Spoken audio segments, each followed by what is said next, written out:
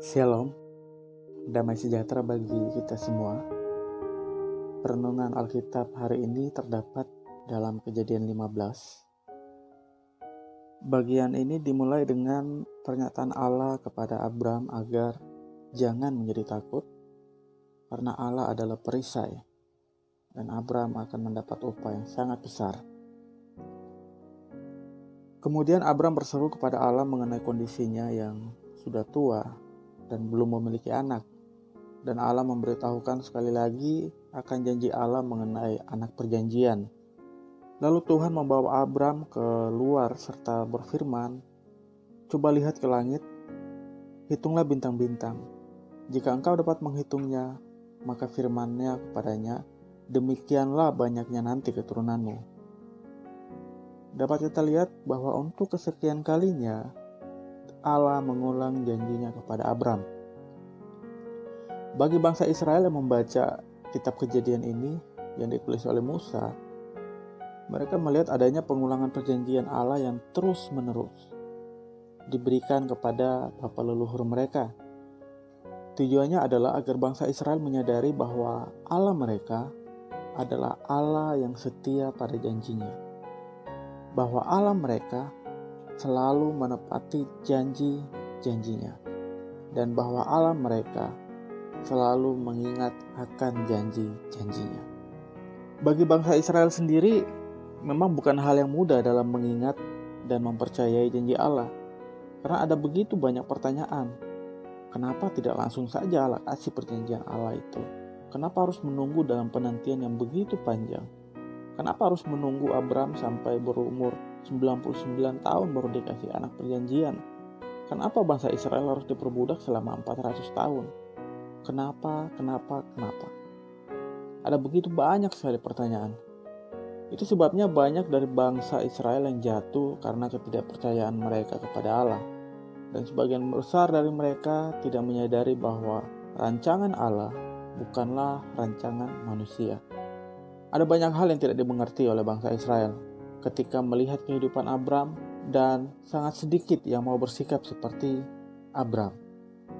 Seperti yang ditunjukkan dalam Kejadian 15 ayat 6. Lalu percayalah Abram kepada Tuhan, maka Tuhan memperhitungkan hal itu kepadanya sebagai kebenaran. Sikap inilah yang sangat jarang ditemukan di bangsa Israel pada waktu itu. Sebagai pembaca pertama kitab Kejadian yang ditulis Musa, bayangkan untuk sekian lamanya, sejak Abram dipanggil dari Ur Kasdim, Abram tetap percaya pada perjanjian Allah.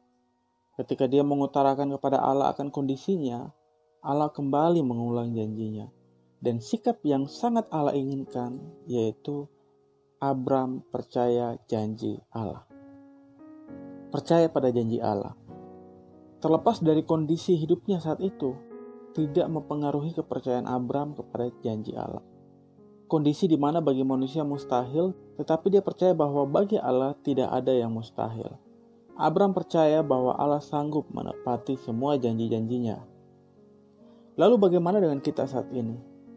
Sebagai orang percaya, adakah kita memiliki kepercayaan seperti yang Abram miliki? Atau kita termasuk orang-orang yang begitu cepat melupakan janji penyertaan Tuhan? Seberapa sering kita melupakan penyertaan Tuhan dalam hidup kita? Seberapa sering kita lupa akan janji penguatan Tuhan, akan janji penghiburan dari Tuhan?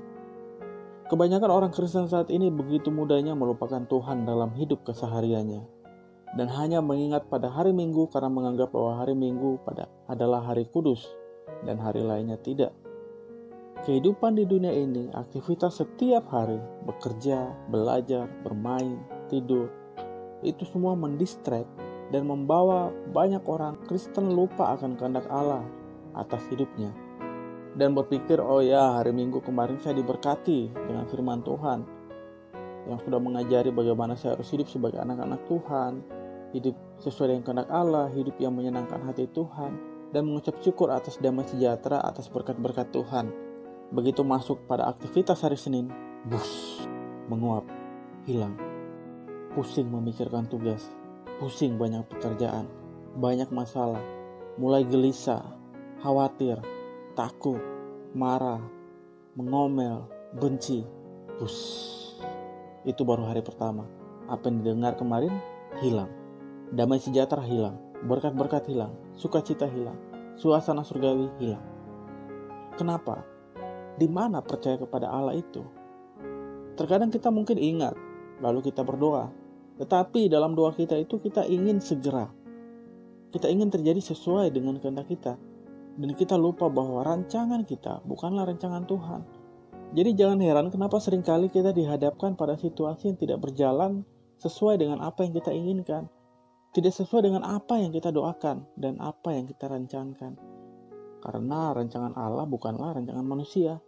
Namun yang pasti, yang harus kita tahu dan kita ingat bersama, firman Tuhan berkata dalam Yeremia 29 ayat 11, "Sebab aku mengetahui rancangan-rancangan yang aku rancangkan atasmu."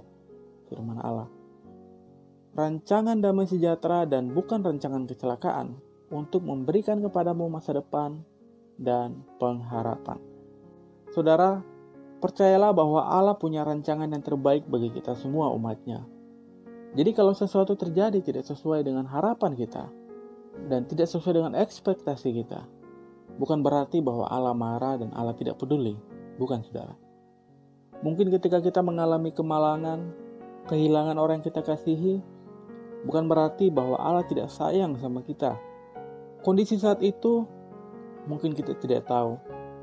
Mungkin kita juga tidak mengerti kenapa harus terjadi. Kenapa harus terjadi di luar sesuai dengan yang sudah kita rancangkan. Namun, ingatlah bahwa rancangan Allah bukanlah rancangan kita. Ingatlah bahwa Allah berdaulat atas hidup kita, dan rancanganlah itu yang akan terjadi atas hidup kita. Dan rancangannya adalah rancangan yang terbaik bagi kita, yang mendatangkan damai sejahtera dan masa depan yang penuh harapan. Saudara, teladani kepercayaan Abram yang meski dalam penantian lama, dalam kondisi yang mustahil bagi manusia, tetapi dia tetap percaya pada janji Allah. Percaya bahwa Allah adalah perisai hidupnya. Kita pun harus percaya akan kedaulatan Allah atas hidup kita. Percaya bahwa Allah sanggup melepaskan kita dari kesesakan. Kalaupun kita diizinkan tetap berada pada kesesakan itu, selalu ada rancangan yang terbaik dari Tuhan bagi hidup kita. Mungkin saat ini kita tidak dapat melihat kebaikan yang terjadi.